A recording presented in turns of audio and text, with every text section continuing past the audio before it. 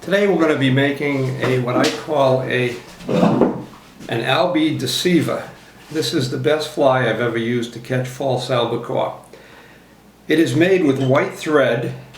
The hook is a Mustad 34007 size 1/0. I'm going to be using blue saddle hackle for the tail, and I'm going to be using a little bit of white and green bucktail for the wing and the throat. I'm also going to be using some fine wool, and this is a chartreuse color for the body. Okay, let's begin. First of all, I want to wind this thread on the hook, and I want to go right to the back, as we can see right here. Next step, I want to put in the tail. I'm going to put 2 saddle hackles on one side, as you can see that I'm doing here, and I'm going to put another 2 saddle hackles on the other side, and this is going to form my tail. Now notice you want this to go back, I don't know, maybe 2-3 inches. You want it to go back a fairly good amount. Okay, next step, let's do the body. And by the way, for saddle hackles for the tail, I like this light blue color, but you could also be using dark blue. That works well also. Alright, now let's wind in the body. The body, as I said, this is a fine wool, and it's in a chartreuse color.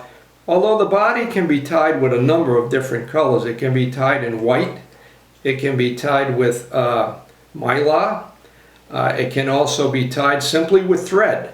So don't get too hung up on the colors here for the body. Alright, let's wind this back to the front to complete this body.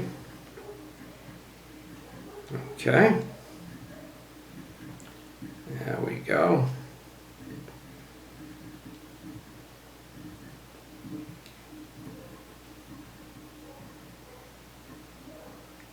And that's finished. Leave yourself quite a bit of room up in the front for the head, because we're going to be putting a lot of material up there. And let's trim that away. Alright, next step I'm going to use this white bucktail, and what I'm going to do first is put in what we call a throat. A throat is going to go under the hook, up in the front. And I want to use a sparse amount of bucktail, not using a whole lot. And that's one of the key for a lot of movement in the water. And we're going to tie that underneath, just like that. Now notice the bucktail should go back to maybe the bend of the hook, maybe even a little bit beyond that. Okay, now what I did at the bottom, I'm going to do the exact same thing up at the top. And that's what we call putting in a wing. And let's just even off this bucktail a little bit. Alright, that looks pretty good. And let's square that off. Alright, that looks good. And I'm going to tie in this wing just like that. Okay. Now, my final step here, I'm going to put what we call an overwing on top of that white, and I'm going to use chartreuse bucktail for that. Now, chartreuse bucktail can be difficult to find.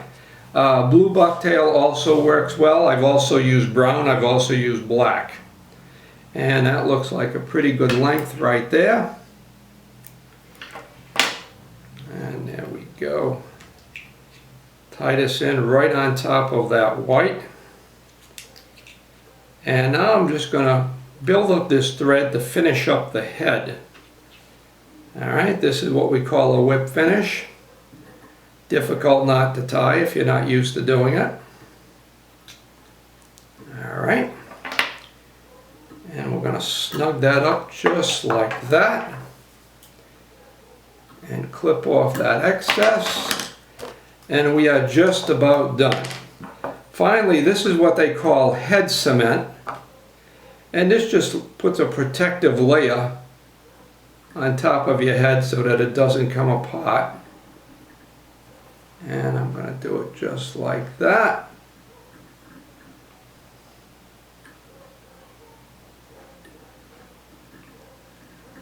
And that finishes off my Albie Deceiver. Just one more little tip here. What you can do with this fly is either use it with a fly rod, or you can use it with a big wooden egg float.